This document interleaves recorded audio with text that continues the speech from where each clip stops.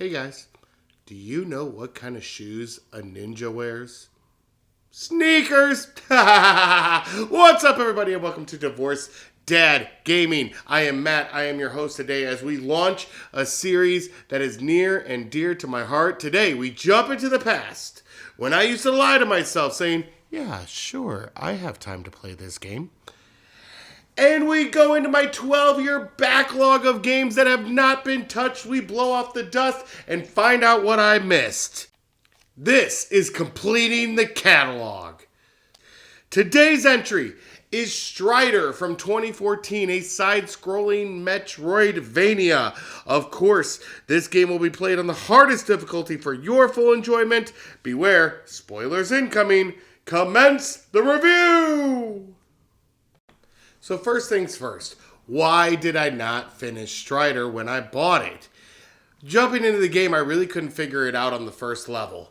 However, once I got into the fluff of the game, I figured it out pretty quickly.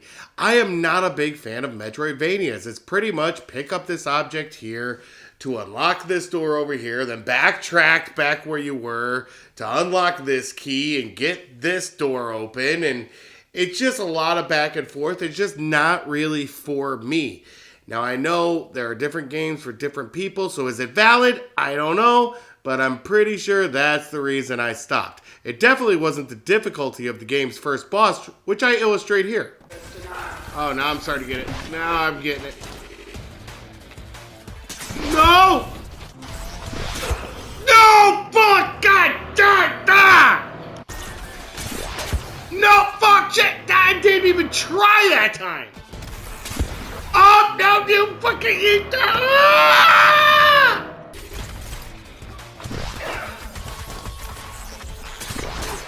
You're a dick! No! Oh, he was right there! So the story of Strider is very simplistic. You play a ninja who travels to the capital city, and your whole goal is to overthrow the fascist leader, Grandmaster Mao, and kill all his subordinates and overthrow the tyrannical regime. Easy enough story to get behind for most of us. It's straightforward, it's simple, but it is kind of thin. One thing that struck me as odd was they kept referring to previous Striders like a Matrix kind of situation. They never really elaborate on that, so it kind of throws you off there. So you get to the city and they start introducing some of these subordinates that you're going to have to kill. And you make your way through a prison where you meet this prisoner who tells you need a key. And the only way to get the key is to talk to the underground resistance. And the underground resistance, when you get to him, says, yeah, I have the key. But to get the key, you need the key to a key. So kill this beast and I'll give you a key. And you kill the beast and then you come back and he gives you the key and you have to go kill the Gravitron. And once you're done killing the Gravitron, it's like, great, you killed the Gravitron. That was just a prototype, though. There's 3 more to take care of. I mean, it's like, come on, guys, just speak clearly. So after all the running around for the underground and the prisoner and getting those keys and locks taken care of, you eventually reach the final lock, which is the research center for Grandmaster Mao. It's all his creative, his science advisor or whatever. So you go into his realm where you have to take on all of his creations, ending with a big giant boss battle against a giant gorilla, where after you defeat the gorilla, finally Grandmaster Mao makes his first appearance by killing his own subordinate. I mean, if you didn't think he was evil before, we just wanted to make sure that you knew he's evil. So you go through, you defeat the science advisor, you blow up Mao's airship, finally getting to Mao's tower itself. And then, of course, Grandmaster Mao goes into his monologue on how this was his whole plan, and now you get to join him. You have done us a great service, young Strider. We thank you for dealing with my subordinates. What the hell? What?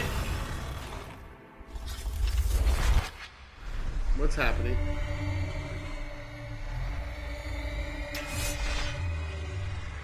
Ouroboros? Alright, so I know that last section was kind of monotonous and it felt like I was just trying to get through it, and I was. The story is thin. The story is boring. But let's get to the real meat of Strider. One of the best parts of Strider, and that is the boss battles. If there's one thing Strider did right, it's these ridiculous fights that have a very vast diversity of different characters and gimmicks to each fight that you have to work around and figure out. Every map is a little different. The attacks are a little different. And you have to use what you've learned throughout the game to defeat these bosses. There's one of my favorite gimmicks that they did was the general who you see on screen here. The whole gimmick of the fight was you kind of run into him as he's leading troops and he just runs away from you. And you're like, wait, we're supposed to have a boss battle now. What's happening? And he runs away from you like through a couple different layers of level. And he's even making quips like, I'm not running away, I'm just strategically positioning. And he ends up running to a giant mech tank that you have to now fight. And that's the actual boss battle. But it was such... I was laughing and giggling the whole time because like this guy's terrified of you. And he doesn't want to face you straight up. And that was kind of refreshing. There's another boss, the bounty hunter, who I'll go into later. He was fantastic. The Grandmaster Mao fight itself, very reminiscent of Sigma and the old Mega Man X games. It just kind of brought me back, and that nostalgic feeling was there. But these boss battles are something else. There's a different gimmick, different look to every single one. The very first one, the Ouroboros you saw at the opening, you actually have to travel the length of the dragon to get to its weak point at the head. And there's all these kinds of different things coming at you. So it's one thing they did very right. And I can always appreciate a very good boss battle. And just the boss battles alone definitely helped with the end score at the end of this video, because I had a blast fighting these bosses, and just watching these clips go across the screen as I'm recording here is just kind of bringing me back to how much fun this was to fight these characters and the little nuances they had. Like the Gravitron you see here, where you have to fight where gravity's different in different areas. The sisters and the mother, you fight the sisters, and once you defeat them, then you have to beat their mother, and there's layers to it. So again, it was very well done. I had a lot of fun with the boss battles, and I would consider doing it again if there was like a mode where I could just do the boss battles, like maybe different challenges. But overall, it was definitely my favorite part of the game. Whenever I got into one of these boss battles, they were challenging, they were fun, and they definitely made you work to figure out what was happening, what's the pattern, and what's the way you can beat these creatures. So with that being said, let's go into the scenery of Strider. The level design and the backgrounds are beautiful. They have little gimmicks there as well. An alarm section where the alarm's going off. You gotta turn it off, but the strobe lights going on. The backgrounds are fantastic. It looks like a vast universe, which ticks me off so much, because it's like, okay, why didn't I get the vast universe? Why do I gotta go through just this small little section? It just feels closed in because they do such a good job with some of the environmental puzzles and the little sections that you have to figure out. The traversal puzzles are definitely innovative and new for me. So I very much enjoyed going through a lot of the puzzles. It was just, again, because it's, okay, I did all that, and now I have to go back through it just to get to this next spot. That's where I'm just like, So the first time was always like, yeah, that was really cool. And then going back through it was like, again? And then all the enemies respawn, so of course you gotta deal with that. So it's just, it was great the first time through, and then it did get tedious when I had to go back through those spots. I didn't appreciate them as much because I'm like, okay, can we just move on, please? So good environments, not really replayable. There are some unlockables to get, which kind of add to the replayability, but honestly, none of the unlockables were important enough or interesting enough for me to want to play this game again. But we got the monotony out of the way. You know it's monotonous. But let's talk about my favorite part of the game, and that is this gentleman right here, the bounty hunter named Solo. This guy was so cool. Yeah, he was so cool. And the creators know he was that cool because he is the only boss to get his own cinematic intro. All the bosses have this title screen you're seeing there, but he's the only one to have an actual cutscene where he's having a conversation to introduce this character. And each time you fight him, it's a little bit different. He's got a jetpack, so you've got to figure out the layers of that. His attacks are beautiful, and you can read them, but it's not easy. He will kill you. He will kill you for sure. But he's pretty cool. And you beat him the first time, and you're like, dang, that was a really cool character. It gets you excited for the rest of the game, but then you realize no other boss is really getting this attention that he got. But then, all of a sudden, you end up on Grandmaster Mao's airship, and he's back. His visor's cracked, and he's out for revenge. And the second battle is even better than the first. More intricacies, similar attacks, so it's the same guy, but there's enough of a difference to where I had to work for this second time taking him out. He was not easy. And it's a mix of movement and timing your attacks and knowing his pattern. But he switches up his pattern too. So he was so much fun. I would play a game just to see his story. Like, I would play a solo game. He was so much fun. And then, of course, at the end, he falls in the airship, blows up, and you have this awesome moment of jumping out of the airship and your glider catching you. It's awesome. Now, let's talk about my biggest rage, or my least favorite part of the game. Let me tell you a story about Grandmaster Mao's Tower. So you finally unlock, you go back and forth 15,000 times and finally unlock the tower, and now you need to get to Mao. And here they throw everything at you. The most basic enemy is that first boss of the game that I showed that lovely montage where I kept my composure the whole time. That is the most basic enemy you face this entire section. Then you have to climb up each side of the room to hit a lever to turn a stupid statue around. And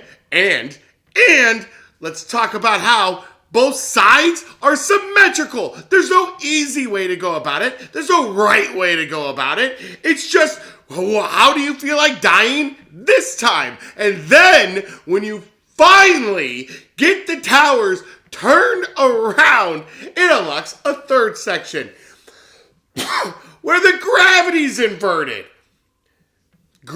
And by the way, this is your first checkpoint. So, the gravity's inverted, where you gotta now face this entire room of turrets, making your way downtown, and you finally flip that switch, correcting gravity, but now you gotta fight your way back up the same tower, and guess what?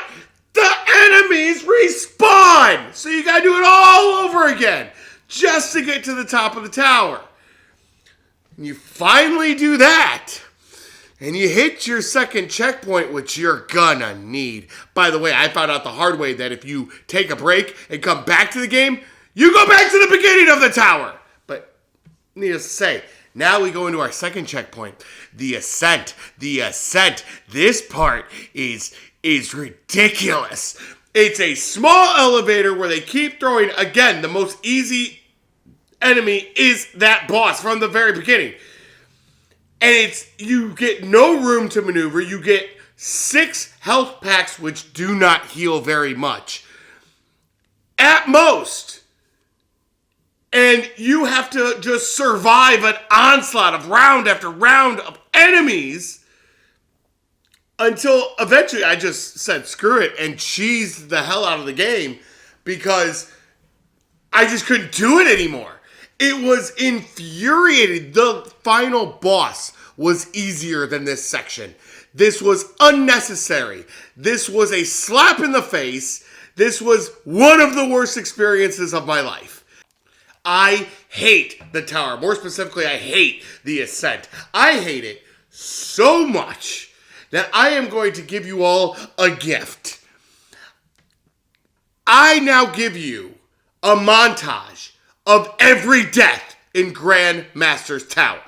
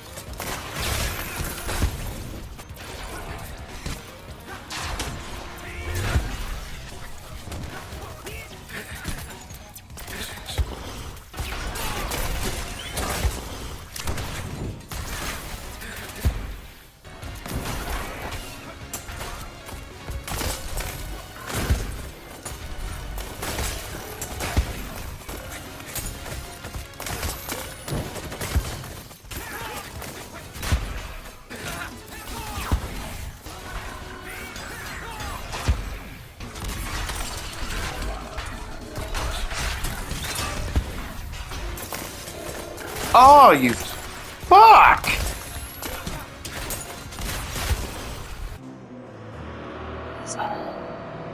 I don't know what to do. All in all, I had fun playing Strider. It was a decent game. I will probably never go back to it. However, if Metroidvanias catch your fancy, it is one I would recommend. It's difficult. It will push you. It has a good enough story. And the boss battles are spectacular.